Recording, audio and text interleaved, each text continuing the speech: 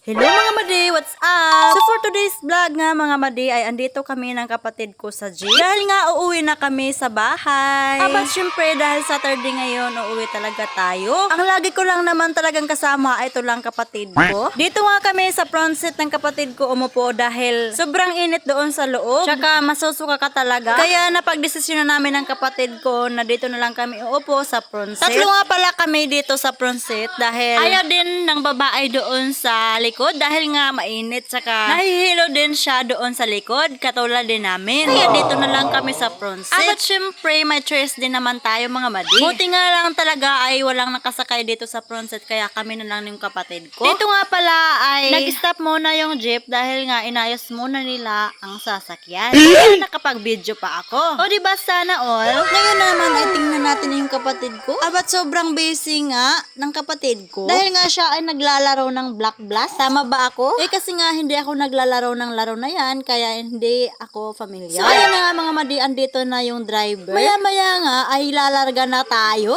Sana all lalarga. At sobrang ulan pa nga dito mga madi. Naapa meron diri sa gamot. Kaya naghunong pagani diri mga madi kay naapa sila'y paliton. Kasi nga ang iba ay hindi pa bumibili kanina sa standard. Dahil nga mas gusto nila bumili dito sa gamot. At ngayon nga ay magbabiyahe na kami mga madi.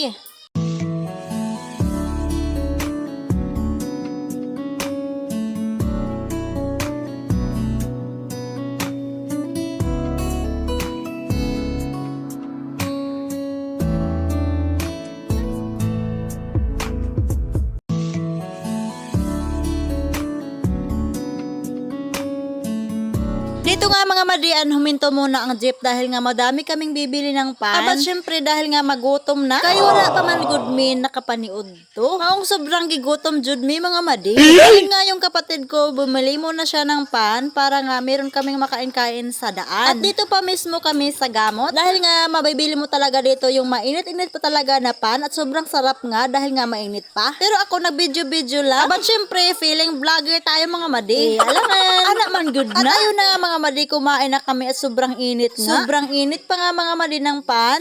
At sobrang sarap nga nito dahil sobrang mainit pa talaga. Makangiyaw-ngiyaw mampudtaan sa kapaso. Ay, dili na gani mahitsura ning among mga nawo. Agoroy. Anak di ay basta lami. Manigurado jud tagkaon para mabuhi taning kalibutan. At ayun nga mga madi ay andito na kami sa daan. Even if you want to go alone, I will be waiting when you're coming home.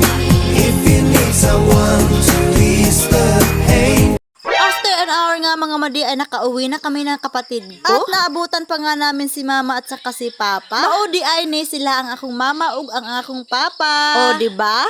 Sobrang sweet nila at sobrang masayahin din nila. Ang ako agani manghud kay nagdalit-dalit dahil kadtog kusina kay mukhaon nagyud daw siya, kagigutom nagyud daw siya. Apay kawawa naman talaga itong kapatid ko. At dahil nga si mama at saka si papa ay nagluto pala sila ng fried chicken para daw sa amin. So ipaglangan-langan mukhaon nami.